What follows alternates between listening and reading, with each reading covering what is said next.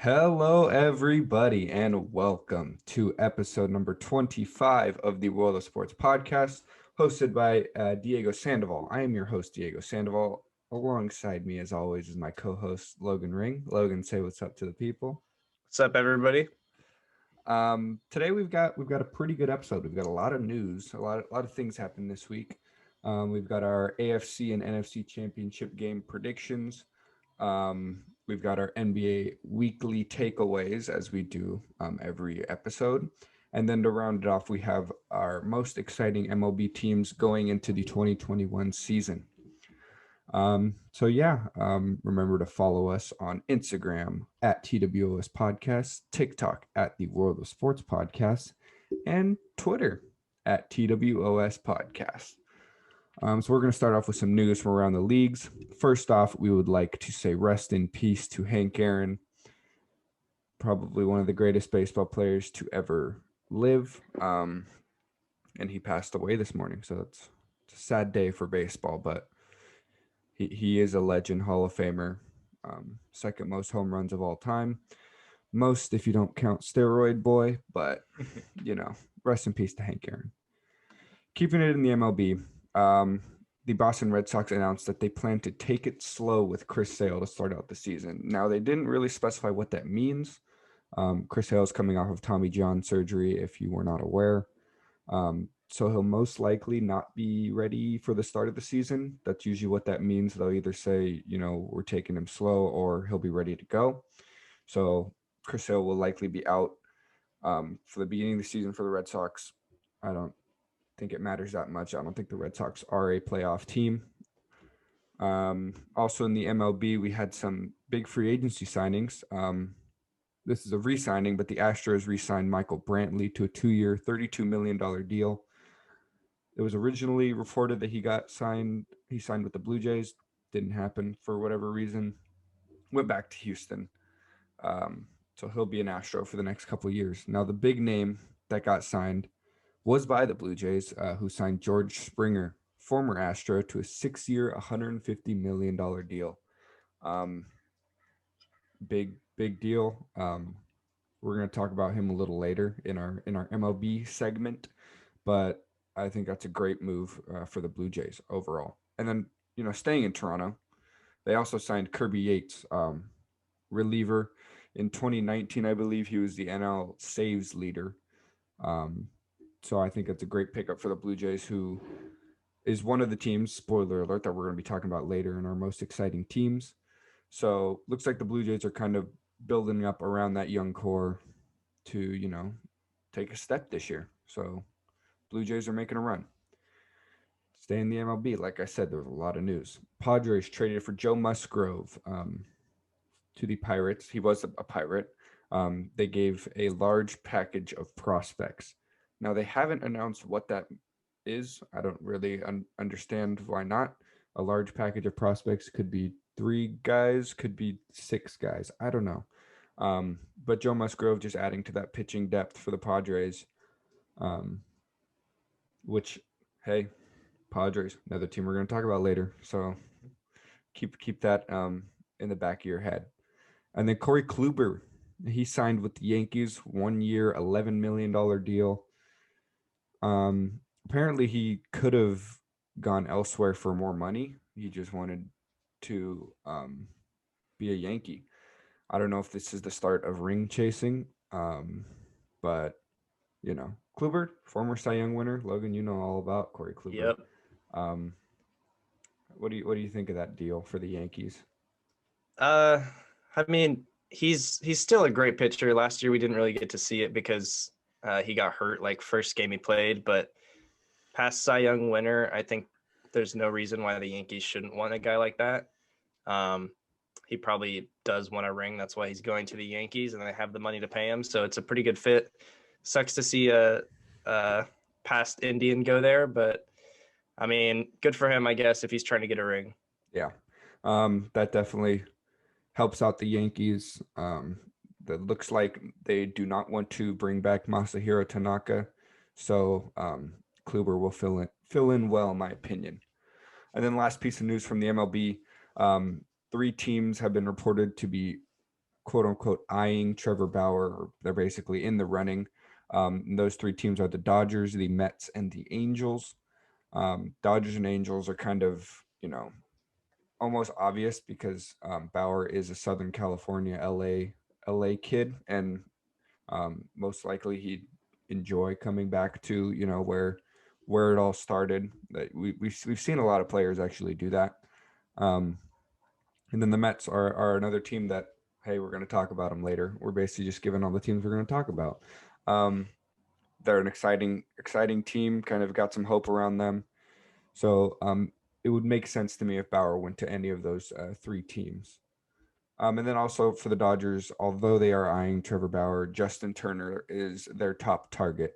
I think he should be. I think he deserves to be. I think he'll probably get a 2 to 3 year deal, just based on his age. But I think that it would be in the Dodgers' best interest to bring back Turner. Moving on to the NFL. The Ravens have released Mark Ingram. Yeah. Phillip Rivers has retired after 17 seasons in the NFL, 16 with the Chargers, 1 with the Colts. Now, we were supposed to have beloved friend, listener of the podcast, Dominic Roderick, on today. He couldn't make it. I was going to ask what he thought about Phillip Rivers. He's a big Chargers fan, but maybe next time.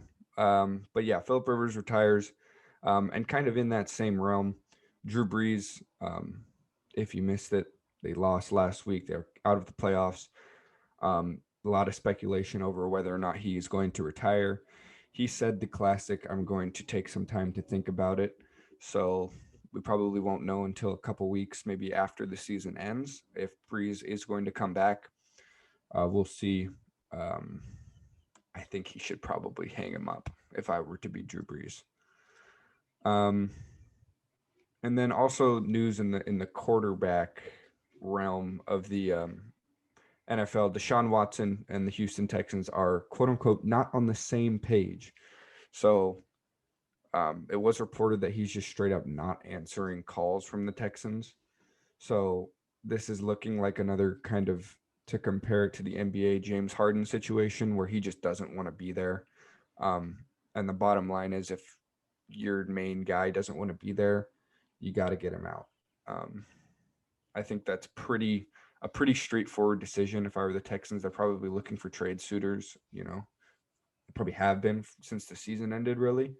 But I think that the fact that he's basically just cut off all communication shows that he just wants to leave. And then a couple injury news, a piece of injury news from the NFL. Patrick Mahomes has been limited in practice all week. He left last week's game against the Browns, concussion protocol. He didn't return. I think he'll probably play. The NFL loves Patrick Mahomes. He makes them money, and I don't see them not clearing him to play. As bad as that may sound, I think that's what's going to happen. So I see Patrick Mahomes playing. I don't see a world where the Chiefs trot out Chad Henne in the AFC Championship game. Although, hey, anything's possible. We'll talk about that later. Antonio Brown, wide receiver for the Buccaneers, is out for this weekend. As much as I don't like him as a salty Raiders fan, I guess, he's been pretty good for the Buccaneers. He's been solid, especially in the playoffs and the last few weeks of the regular season. He kind of helped pick up the slack where the other wide receivers were kind of lacking. So could be a big blow for the Buccaneers. And then a couple pieces of news from the NBA. CJ McCollum will be out for a month with a broken foot. He's obviously very important to that Blazers team's success. A lot, that basically just stacks on top of Yusuf Nurkic's injury. So it looks like for the next probably month, we're going to have to see what Damian Lillard can do all by himself. And hey, who knows? Damian Lillard's a guy that can drop 60 a game if he wants to. So I don't know. And then, the Cavs, your Cavs, your beloved Cavs. There was an incident with Kevin Porter Jr. I guess someone took his locker. Yeah, when Torian Prince and Jarrett Allen came in, I guess they gave the KPJ's locker to Torian Prince. He hasn't KPJ hasn't played all year this year. He's dealing with personal issues, so we don't really know what's happening. But I think he's just trying to get help. And then I guess he had an outburst in the locker room when that happened, and the manager was just like, "All right, you're off the team because we can't really deal with this anymore." And it's really sad because he was a really promising young guy. He played really well last season. He was a first round pick last year, right? Yeah, he was the 30th Yeah. pick in the draft, first round. And it sucks because he was part of the young core, and I think the guys liked him, but he's got some growing to do, I guess, and Yeah. he's dealing with some stuff. That was kind of what people were afraid of in the draft, was he's kind of a locker room problem, I guess. But I guess he's got stuff going on, and he got traded for a second round pick to the Houston Rockets, so maybe he can find a better situation there. Yeah. And I think this is probably, if they can contain his, shenanigans off the court, I think it's a great move for the Rockets, especially with the direction their organization is heading. We saw their trade last week, where they're kind of building up for the future. And Kevin Porter Jr. along with Christian Wood, that could be a good kind of tandem to build around. Um, but yeah, that's all we got for news. Now, moving on to our first segment of this podcast.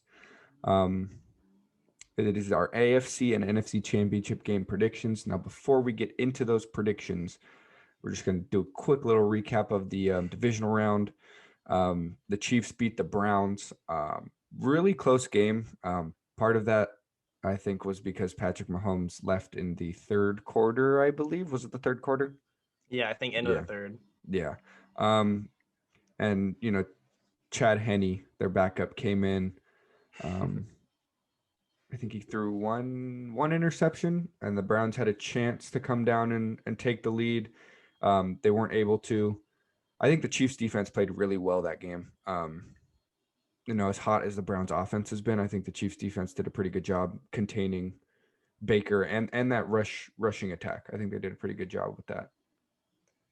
Yeah, I'm a Browns fan, so sad to see them go out. But I mean, this is kind of what everybody expected, so I'm not really bummed about it. They played a really good game. It was really close. Kind of a couple weird things happened. Obviously, Patrick Mahomes' concussion out of the game, which kind of gave the Browns a chance to come back. But before that, there was a obvious targeting helmet to helmet call that caused a fumble into the end zone, which caused a turnover, which is a really weird rule I didn't even know about. Oh, But do you know how much that rule triggers me? That's happened. They literally call it the Derek Carr rule. It's happened like 4 times in his career. He was trending on Twitter after that play happened. I was like, that's like mean. Derek Carr's just watching the game on the TV, and everyone's like, "Oh, there goes Derek Carr." But yeah, I don't yeah, like the rule. it's it's just weird. You can't review it to have a helmet to helmet call because it was obviously one. I mean, it would have been a way closer game if Patrick Mahomes doesn't get injured. Then Chiefs would have won anyway, so I can't really complain about it. But I think it's something the league should look at with, because that's a dangerous play. Yeah, they do it in college. Obviously, they're a lot more worried about player safety in college, just because they've got kind of their professional career ahead of them, and they're pretty young. So it'd be interesting to see if the NFL does consider kind of. Obviously, they reviewed the pass interference penalty last season. Apparently, they didn't like it, so they took that out. So I don't really know how close we would be to starting to review penalties in the NFL. But who knows? With the new wave of player safety being the number one priority, it could definitely happen in the next few years. Also in the divisional round on the AFC. Oh, there we go. Breaking news. Patrick Mahomes has been cleared to play for Sunday. Like I said, he's the golden child of the NFL right now. So I didn't see a world where he didn't play in the AFC Championship game. So Yeah, there it is. Patrick Mahomes will play on Sunday. Um, Also, what happened last week is the Buffalo Bills beat the Baltimore Ravens. Um, I thought this game was going to be a lot closer than it actually was.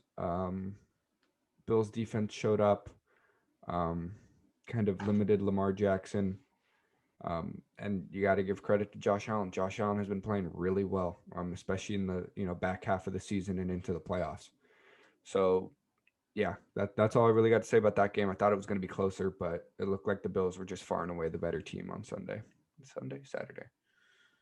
Yeah, they were able to shut Lamar Jackson totally down. This is kind of what I thought might happen the week before, but he showed up. The defense on both sides was really good, but the Mm-hmm. Bills was just they only allowed 3 points the entire game. Lamar Jackson had no touchdowns, one interception, and his rushing he couldn't really do anything, which is kind of the main thing that can get him out of trouble. So yeah, this is why I thought the Bills were such a good team, and they're showing it. Yeah. Lamar Jackson, um, I've seen some, there's the argument is if can a running quarterback win a Super Bowl? Um, my answer would probably be yes, but I would also consider a guy like Russell Wilson to be a running quarterback, and Lamar Jackson is basically just a runner. In order to, be a Super Bowl winning quarterback, I think you have to have a good arm and the ability to pass the ball. Um, and I think that's what kind of differs Lamar Jackson from a guy like Russell Wilson or Kyler Murray, that they have that arm power and that throwing ability that Lamar Jackson really just doesn't have. So the defense is really able to kind of hone in on that side of his game. So unless the Ravens go out and get, a star wide receiver in the offseason, I don't see this Ravens team really going over the hump with Lamar Jackson um, under center. That's just where I stand on that argument. Um, in the NFC, in the divisional round, the Packers beat the Rams pretty convincingly. Um, it went in, it was kind of Rams defense versus Packers offense, and the Packers offense really kind of stood out and pretty much dominated all game. It got close a couple times, but um, I think the Packers pretty much handled them as I expected. Yeah, Aaron Rodgers is the MVP this season. I think he just kind of showed that he's able to, play well even against good defenses. They put up 32 points. They had a great rushing game too. It was just kind of an all-around game. They were able to limit the Rams' offense, which isn't the greatest. And yeah, I mean, it wasn't too close at the very end, but it was a better game than I thought it would be. Yeah. And Aaron Donald looked pretty dinged up pretty much all game. He was having to come off and on the field. And I mean, in my opinion, Aaron Donald's the best player in the NFL. And when he, isn't playing his full snap count, he's just so impactful that they really didn't have a shot, in my opinion.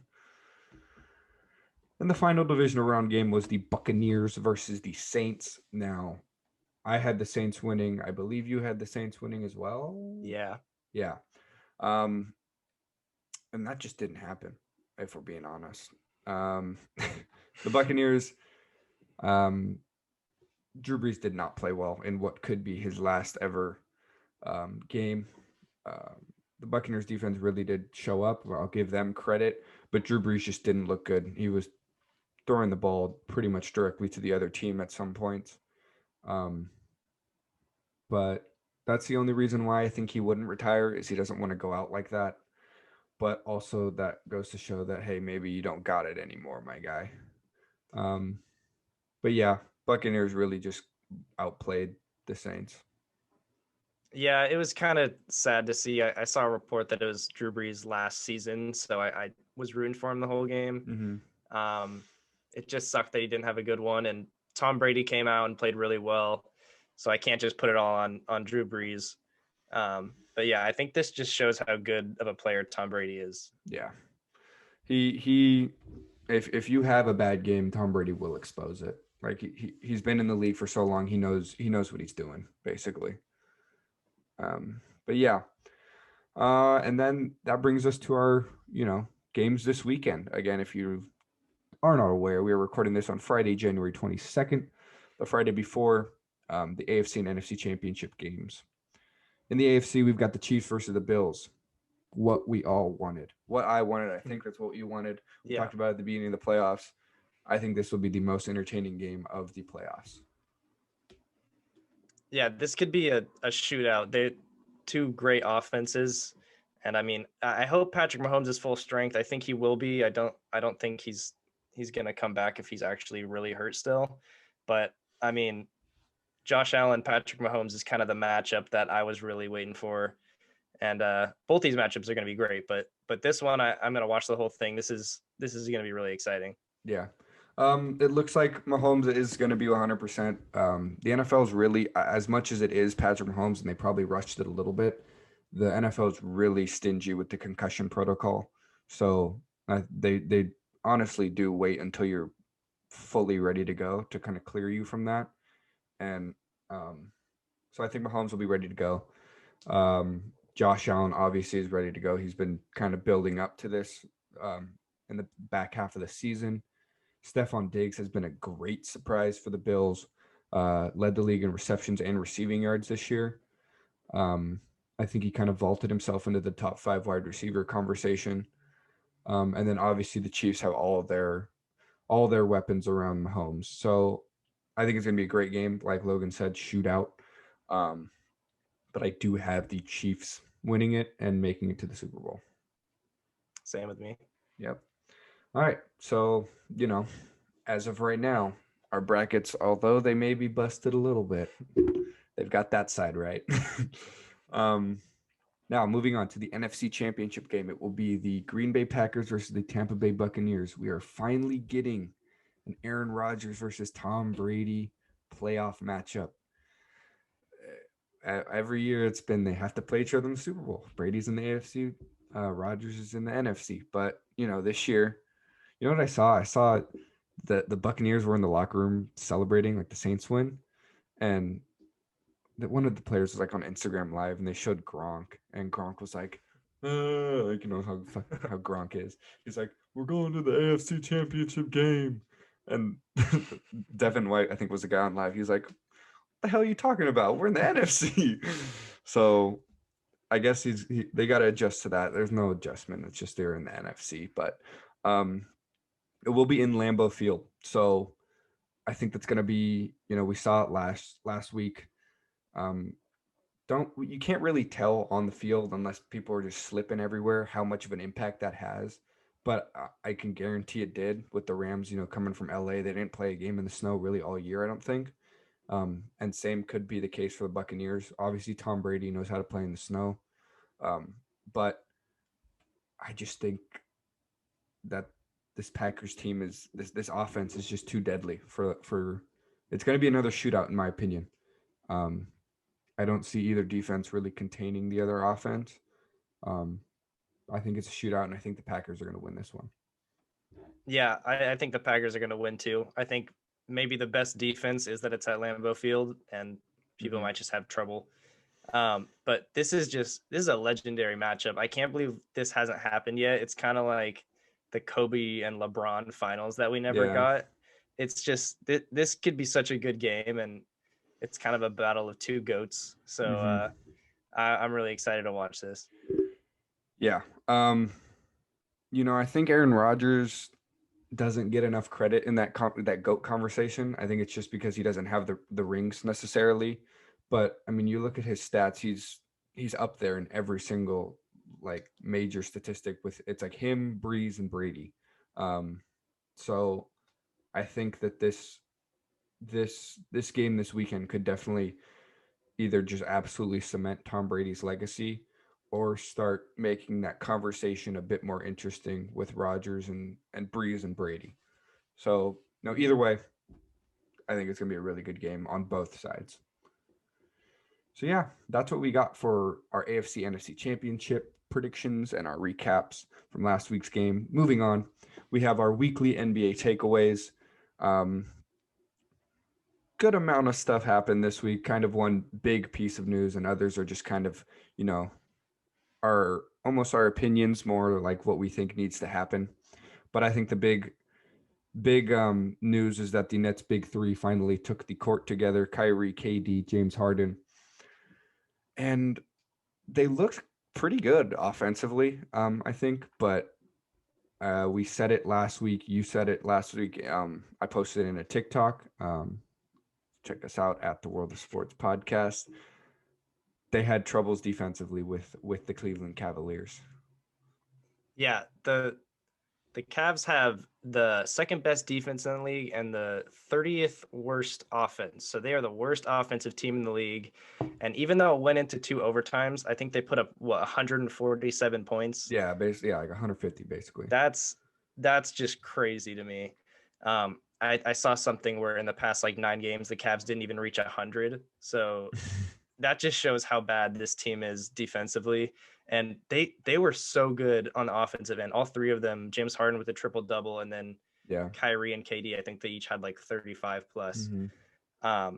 But yeah, even with that, it's just I don't really know how good this team can be if their defense is just terrible.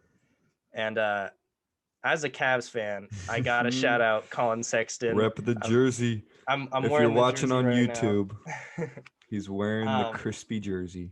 Yeah, Colin Sexton took over.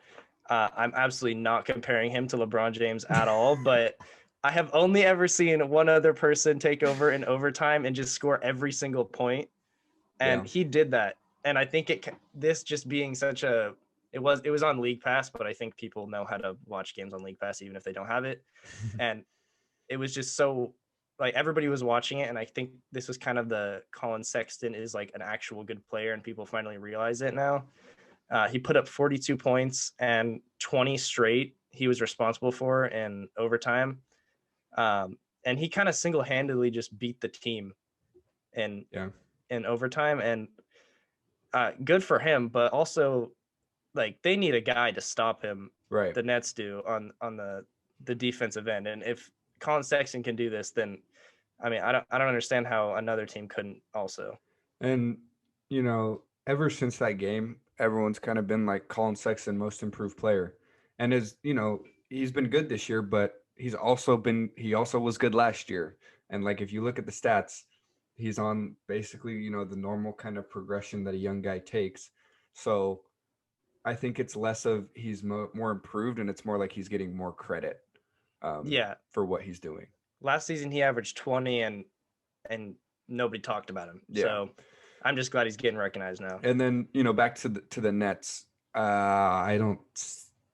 You're not going to win many games when Jeff Green is your only solid defender on the court.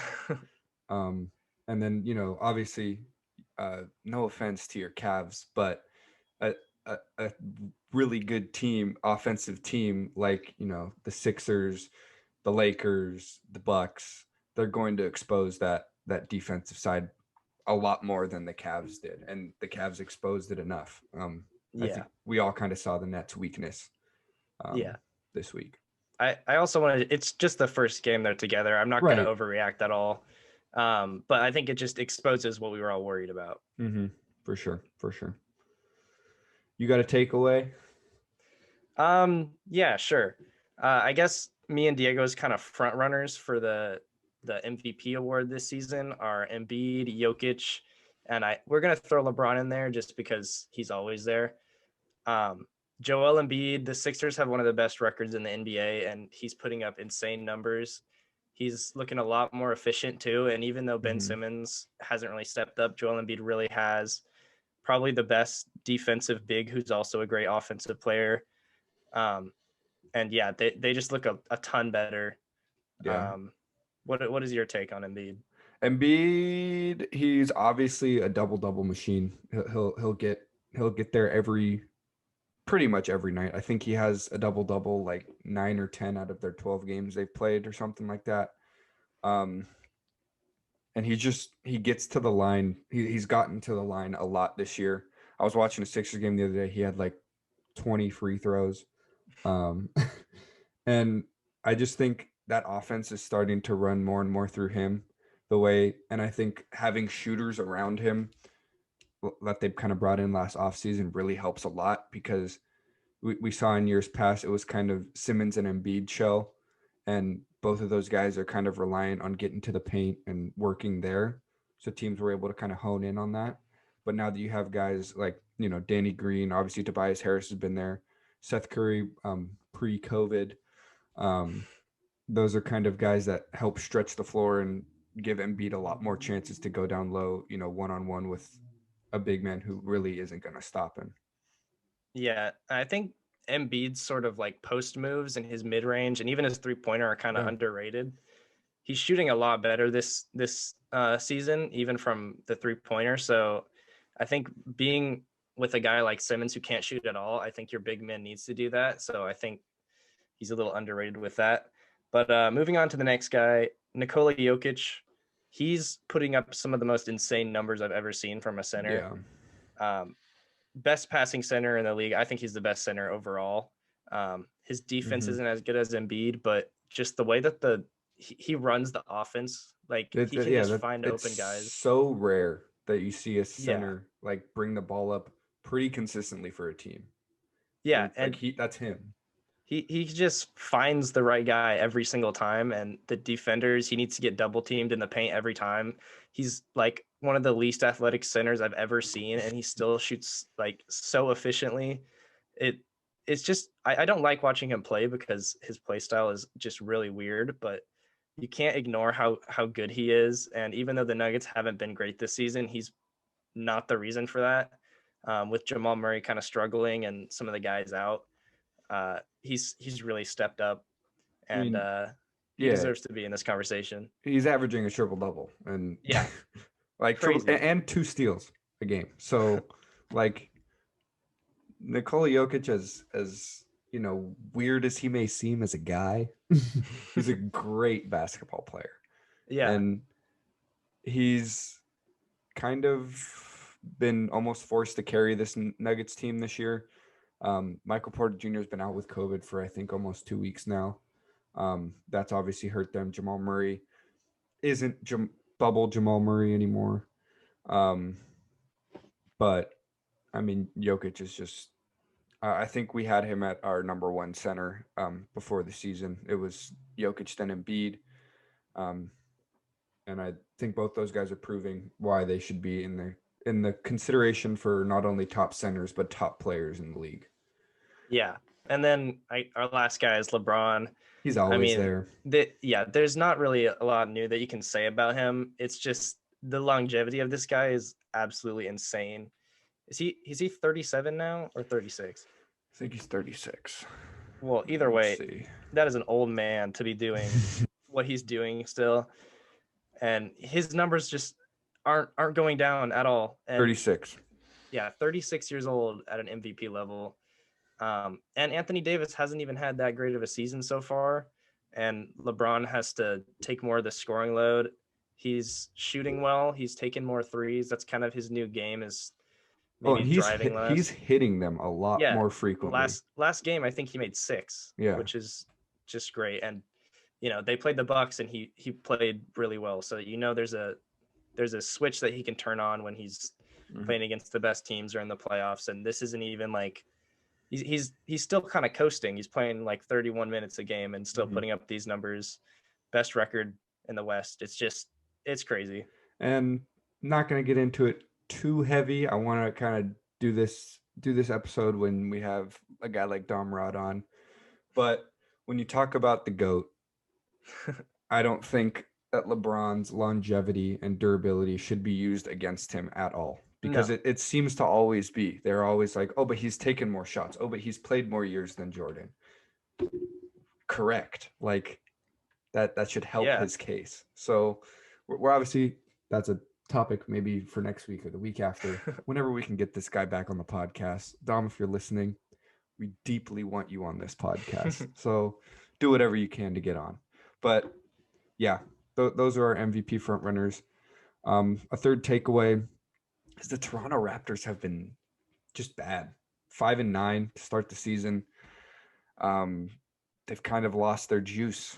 I feel like Lowry and Siakam aren't really, I mean, like they're going to put up their numbers, but they're not winning games really. And you have an interesting trade piece for them to possibly target.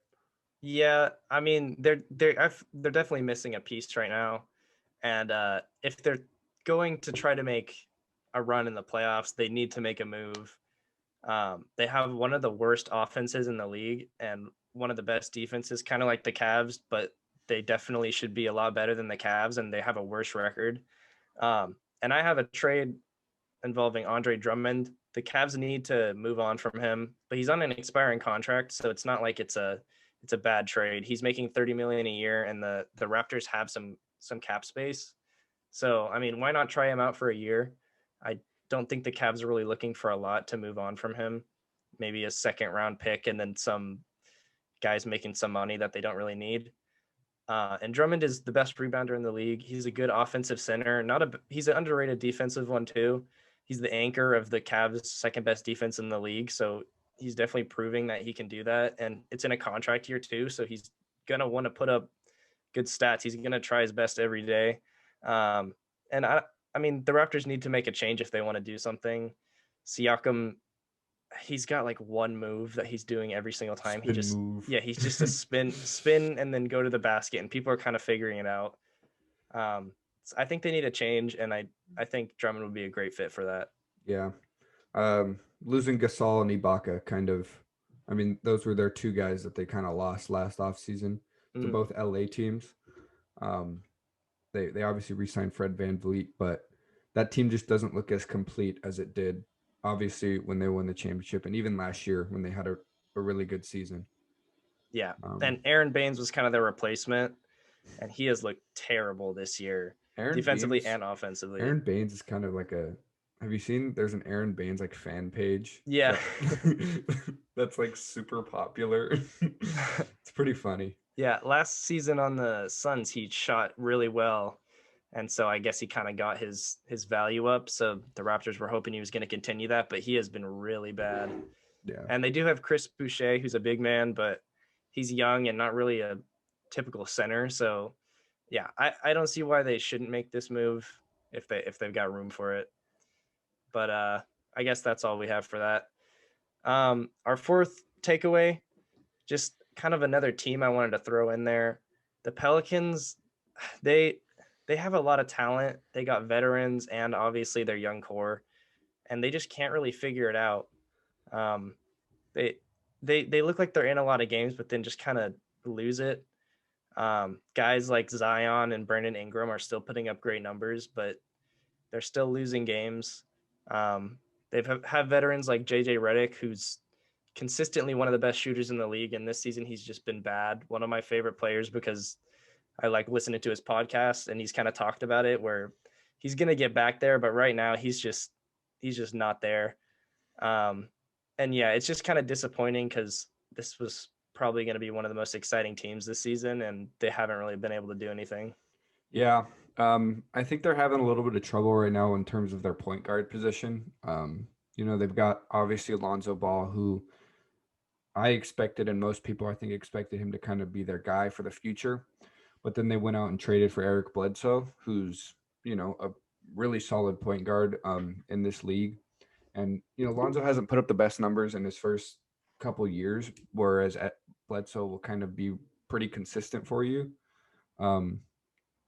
But I don't think they really know what direction they're going in terms of that, and maybe even in terms of their team overall, because they've got all these young guys, and usually a team with the amount of young guys that they have kind of just try to build like around them and build them up. But with the expectations that they're trying to meet, they might need to make a trade here. I'm not sure exactly what it would be, but what they have now, I feel like isn't enough. And we're seeing that in basically just, I don't know if it's because they've got individual players that are playing really well. Brandon Ingram is putting up great numbers. Zion is putting up great numbers. It's just they can't seem to put it all together and get wins. Yeah, exactly what you said. I just don't know how well this team like meshes together.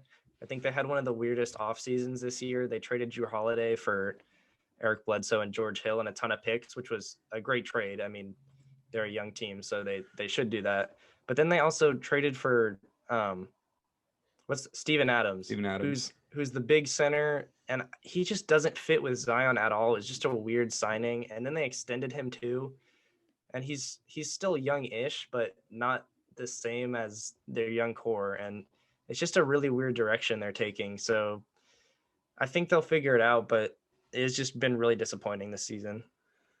Yeah. And that's all we got for our NBA takeaways. Now for our third and final segment of the podcast, we have our teams to watch this year in the MLB for the 2021 season. We've each got 2 teams to talk about. Take it away, Logan. All right, so my first team, I got the Blue Jays. They've had a lot of offseason moves. They're a young team. They're really promising. So last season they were 32-28, the 8th seed, and they ended up losing to the Rays, who eventually went to the World Series. They got swept 0-2. Kind of the stats. They were 7th in runs last year, so their offense has been pretty solid, but they're also 6th in runs against, which is 6th worst. So their pitching has been pretty bad.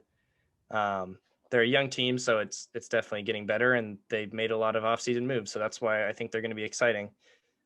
Some of the young guys, Bo Boucher is only 22, solid shortstop. He's hitting for average, one of the best prospects that they've had. Bichette, by the way. Did I say Boucher? Yeah, Baba okay. Boucher. Yes, well, that name.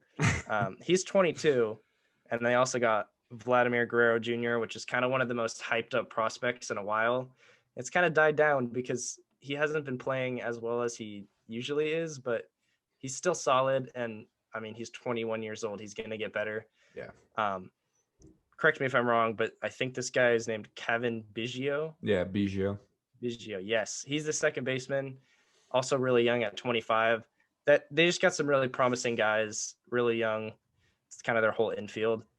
And then the moves that they've made this year, pitching moves, they got Taijuan Walker, who's really solid.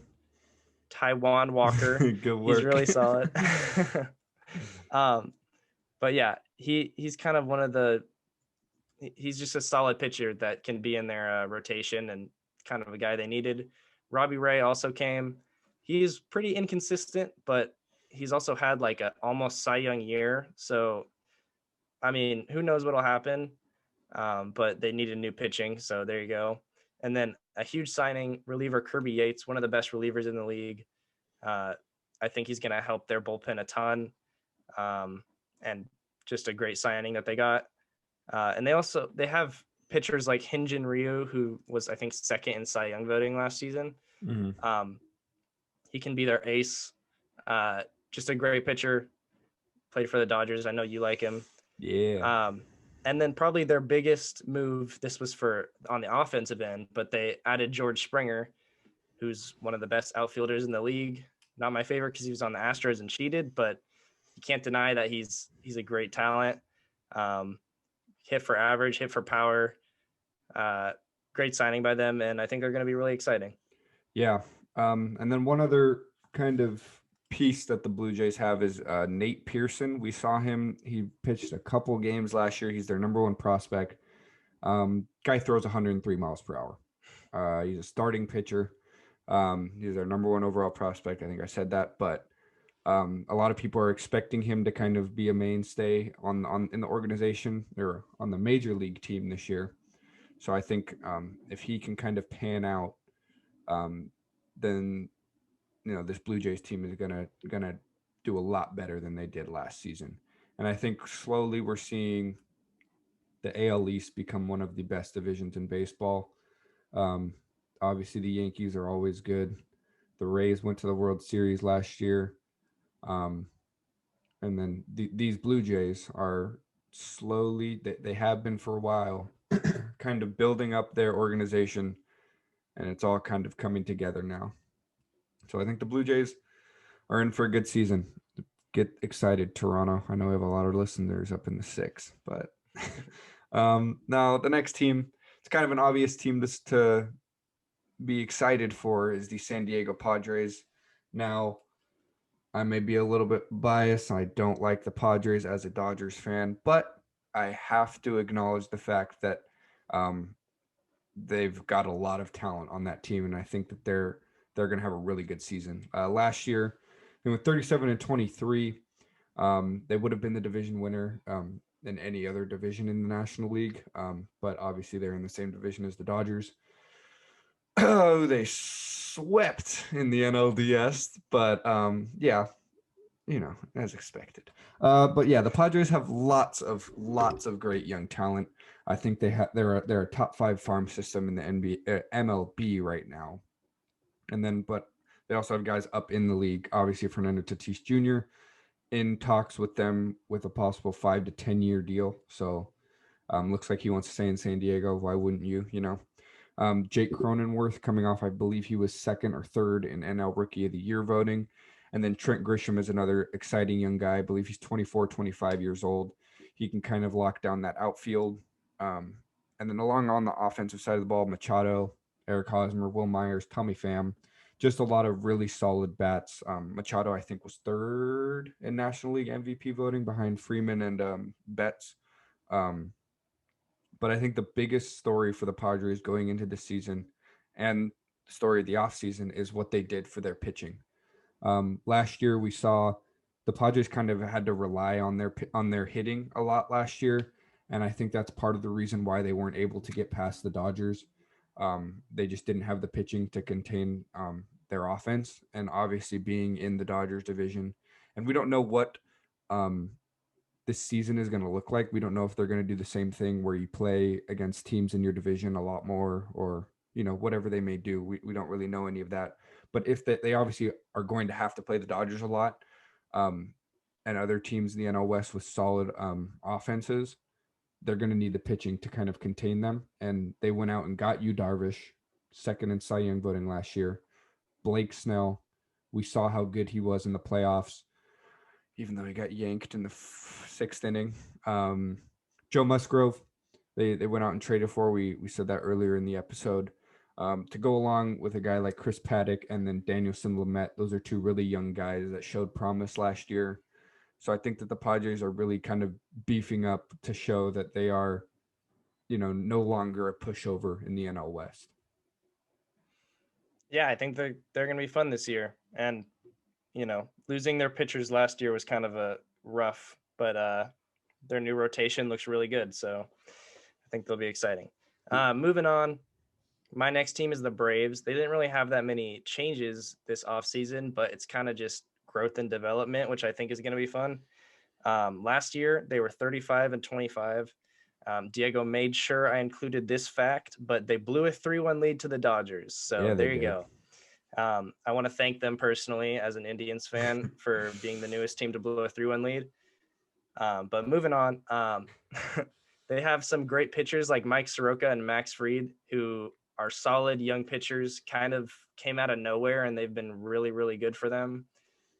Great ERA, can strike guys out, just solid. And then I guess their biggest offseason move was adding Charlie Morton, who's obviously a really good pitcher, only boosting their rotation. I think he's going to be great for them. And then just a couple of guys that played really well last postseason that kind of nobody really even knew. Ian Anderson and Bryce Wilson, both pitchers who I don't think I've ever even heard of them until last season, and they showed up and played great. And I think that they could have breakout seasons next season. So I'll keep an eye on them. And then just their solid offense, guys like Freddie Freeman, who won MVP last season. He's just a stud. I mean, there's not really much new to say about him, but he's solid.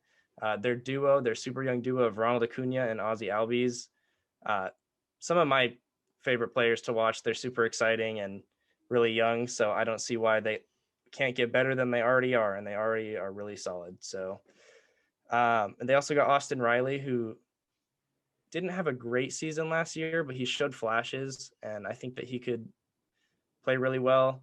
And then they got some sort of veterans and Nick Markakis, who hits for some of the best average in the league, and Dansby Swanson, who's really solid shortstop, even though he maybe didn't live up to his potential.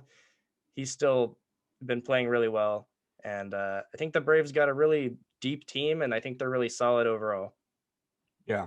The Braves have kind of been the team as a Dodger fan that you worry about in the playoffs just because of that offense.